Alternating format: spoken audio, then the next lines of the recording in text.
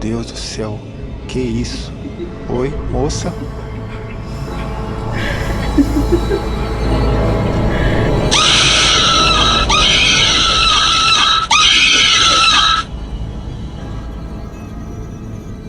O terror na história. Muito provavelmente o tipo de terror mais antigo que se conhece seja o último livro da Bíblia, Apocalipse, que descreve acontecimentos sinistros como o fim do mundo mergulhado em fogo e a vinda do anticristo.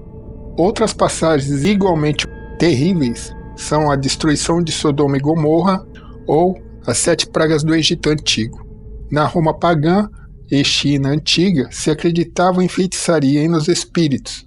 Em Roma, inclusive, era considerada amaldiçoada uma casa que tivesse sido palco de mortes violentas, seja por acidentes ou assassinato. A ideia clássica da casa mal assombrada talvez tenha sua origem ali. Na Idade Média surgiu figuras folclóricas como o lobisomem, que se tornou parte da história de muitas regiões, e ainda o é no interior aqui do Brasil. Nesse período, a figura central de percepção do mal era a bruxa, a grande emissária do demo e das poções de feitiço e sortilégios. Muito disso pela ignorância do período, inclusive incentivado pela Igreja Católica Romana, o terror literário.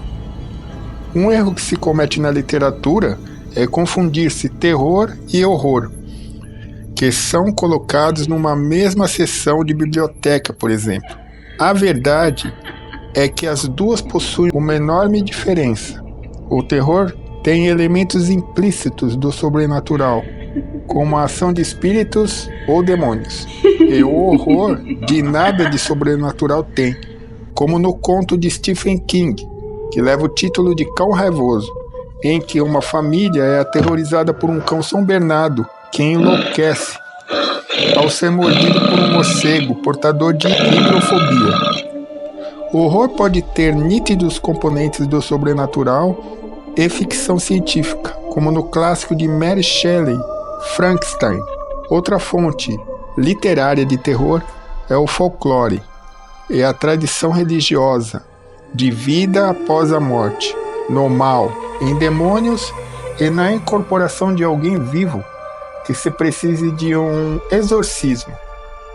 A literatura manifesta em histórias e contos sobre bruxas, vampiros, lobisomens, fantasmas e pactos com demônios, como no épico Fausto, escrito por Goethe em 1802. A primeira publicação de terror reconhecido foi em 1764, O Castelo de Otranto, de Horace Walpole. Drácula. No livro de Bram Stoker, de 1897, criou-se o maior e mais conhecida figura de terror clássico, Drácula, inspirado em um sanguinário príncipe romeno do século XV, Vlad III, que empalava vivos seus inimigos e lhes bebia o sangue. E histórias de vampiros muito mais antigas presentes no folclore europeu. Drácula foi para todos os tipos de mídia, em quadrinhos, crônicas, romances, teatro, mas foi no cinema que viveu seu auge e o seu rival, Abraham Van Helsing, o icônico caçador de vampiros. Rendeu a química certa para diversos filmes. O Senhor das Trevas, em seu castelo na Transilvânia, região montanhosa da Romênia, rendeu adaptações para o cinema, em mais de 30 obras. Alguns famosos como Nosferatu, de 1922, Drácula, O Príncipe das Trevas, de 1966, Drácula, de Bram Stoker, de 1992 e A Sombra do Vampiro, do ano 2000. Drácula deu origem a todo segmento no quesito vampiro, como a série Crepúsculo ou o filme Um Drink no Inferno, um dos primeiros filmes de Tarantino.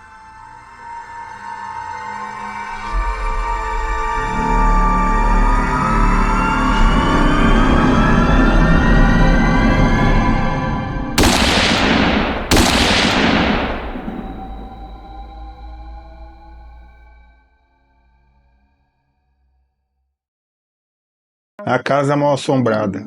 Geralmente são casas muito antigas, com um extenso histórico de tragédias, espaços onde se relatam aparições de espíritos que são inseridos em alguma história de crime ou suicídio do lugar. Ouve-se ruídos estranhos, portas que se abrem sozinhas, vultos, atmosfera gelada ou que cause angústia e mal-estar.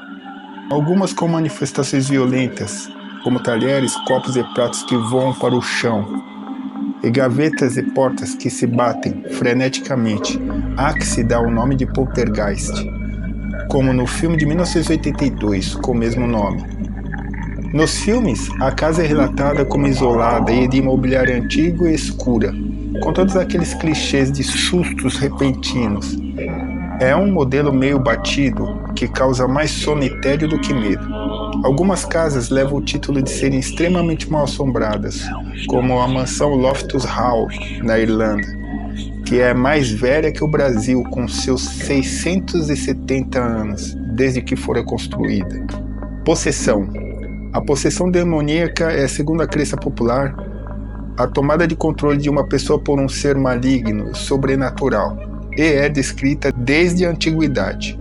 Robert Mannheim era um adolescente de 14 anos quando ganhou uma tábua Ouija. Deu uma tia para falar com espíritos. Sim, esse troço era encarado como brinquedo naquela época. Logo, o menino foi violentamente acometido por um espírito maligno. O caso verídico aconteceu em 1949 nos Estados Unidos e inspirou o grande clássico de terror de 1974, O Exorcista. A possessão demoníaca é por si só assustadora, e outro filme baseado em uma história real foi do Exorcismo de Emily Rose, de 2005. A história real que originou este filme é mais assustadora do que a ficção, e ocorreu na possessão da jovem alemã Anneliese Michel, em 1976, e teria sido possuída por uma legião de demônios. A Igreja Católica enviou os padres Ernest Alt e Arnold Heinz, que ministraram o exorcismo naquela jovem, mas ela infelizmente faleceu de desnutrição grave.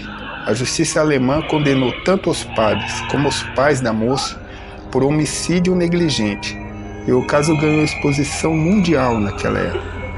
A triste história de Anneliese Michel é encarada pela medicina como um distúrbio psicológico grave, mas para quem ouviu o áudio assustador de seu exorcismo, tem a arrepiante impressão de que algo maligno falava por ela, muito diferente de um surto psicótico.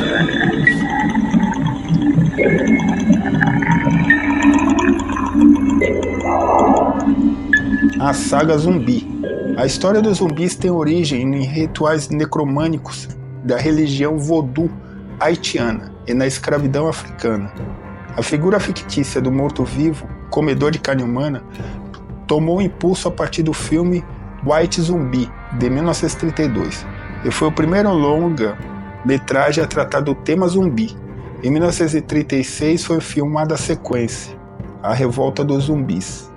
Em 1968 foi lançado o filme de George Romero, A Noite dos Mortos-Vivos, que consolidou os filmes de zumbi como um subgênero do terror. A partir dos anos 1990, o tema ganhou destaques nos videogames, como Resident Evil, e nas séries que se destacam Walking Dead, de 2010, foi ambientada num cenário de mundo pós-apocalíptico. E o The Last of Us, ainda em produção, que é baseado no sucesso do jogo de videogame, que também se passa em um mundo destruído pelo chamado apocalipse zumbi. O jogo foi desenvolvido como ação e aventura pela Naughty Dog e lançado em 2013. Já a série viria 10 anos depois, e mesmo sendo claramente de terror, é listada como drama e vale a pena ser vista.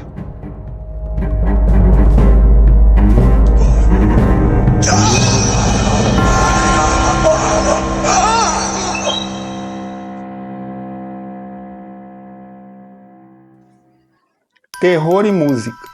O terror não é terror sem aquele acompanhamento sonoro. A música é a ferramenta indispensável para manipular a psicologia do medo em uma cena de terror, intensificando a experiência do espectador e dando profundidade ao que se está sendo visto.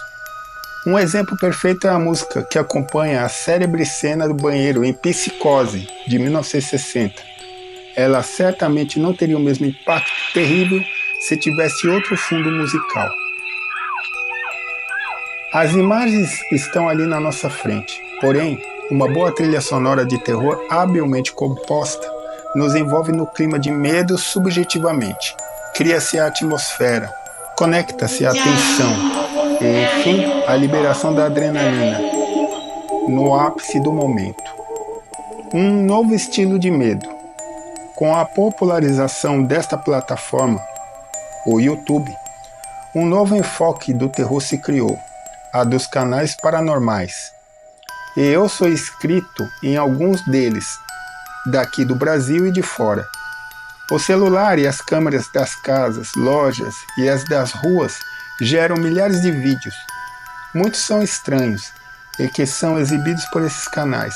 A maioria pode ser um defeito do aparelho, uma pareidolia, mas alguns são muito intrigantes, sem dúvida. Fora isso, os vídeos mais antigos são difíceis de se refutar, pois não havia como adulterá-los, como hoje em dia, por exemplo. Os canais em que um grupo ou um maluco sai na madrugada, e eu digo maluco entre aspas, para ir a lugares abandonados ou com fama de serem assombrados, são muitos, e usam todo tipo de parafernália eletrônica, rádios de frequência diferente para captar vozes do além e mesmo conversar com elas, medidores de temperatura, câmeras infravermelhas, etc. Para mim, poucos são confiáveis. É uma coisa que eu desconfio muito, é que dessas pessoas saem correndo de medo quando uma suposta manifestação paranormal acontece. Por que correr se está lá para isso mesmo, né? Para encontrar fantasmas? Então isso é meio suspeito, na minha opinião. Alguns lugares têm energia mais pesada mesmo, como aqueles em que ocorreram terríveis tragédias, como no edifício Joelma, hoje edifício Praça das Bandeiras. Segundo consta, há salas vazias, porque ninguém aguenta trabalhar ali, devido aos espíritos desencarnados no terrível incêndio de 1974. Outros lugares como hospitais, cemitérios, manicômios, inclusive o Waverly Hills é reputado o sanatório mais assombrado do planeta. Construído em 1990 no estado americano do Kentucky, destinava-se ao tratamento de tuberculosos. Os pacientes eram submetidos a testes bizarros e tão aterrorizantes quanto a própria doença. Entre as histórias de terror do lugar envolve o quarto 502, onde uma enfermeira ficava. Ela teria engravidado de um dos médicos e contraiu tuberculose no período de seu trabalho no hospital. Então, desesperada, interrompeu a gravidez e se enforcou no referido quarto com um fio de lâmpada, depois que seu amante, casado, não aceitou relacionamento com ela. Dizem que seu espírito é visto ainda hoje no local. Waverly Hills encerrou suas atividades no ano de 1961. Na segunda temporada do seriado americano American Horror Story, o tema manicômio é abordado e intitulado Asilo. Um filme coreano de 2018 chamado Gonjiam também se passa numa exploração de um sanatório desativado, aos mods desses exploradores paranormais, e rende cenas realmente assustadoras. O fascínio pelo sobrenatural e daquilo que não conhecemos nos traz as velhas questões da vida após a morte, espíritos e demônios, ou se tudo não está em nosso próprio inconsciente, como ao assistir a um filme assustador sozinho no meio da noite e parecer ouvir ruídos estranhos pela casa, e relutar muito em ir ao banheiro ou à cozinha beber água. A atmosfera de medo criada pelo filme é algo poderoso, mas eu pessoalmente não arriscaria passar uma noite só em um lugar como o ML, por exemplo. Na medida em que nossa imaginação pode pregar peças, algumas vezes em minha vida tive a nítida impressão de que não devemos desdenhar da paranormalidade, em hipótese nenhuma.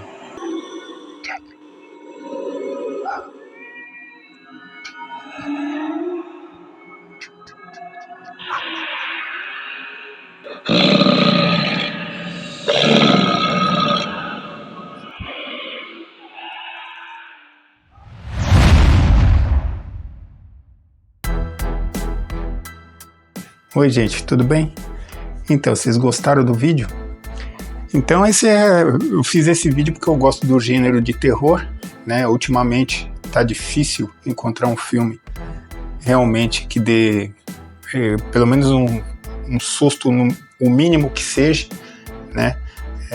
Esses filmes que estão aí no streaming, a maioria dão sono, né? E eu acho que para quem gosta mesmo desse tipo de filme, tem que assistir O Exorcista de 1974, que é um filme realmente que é pesado esse filme.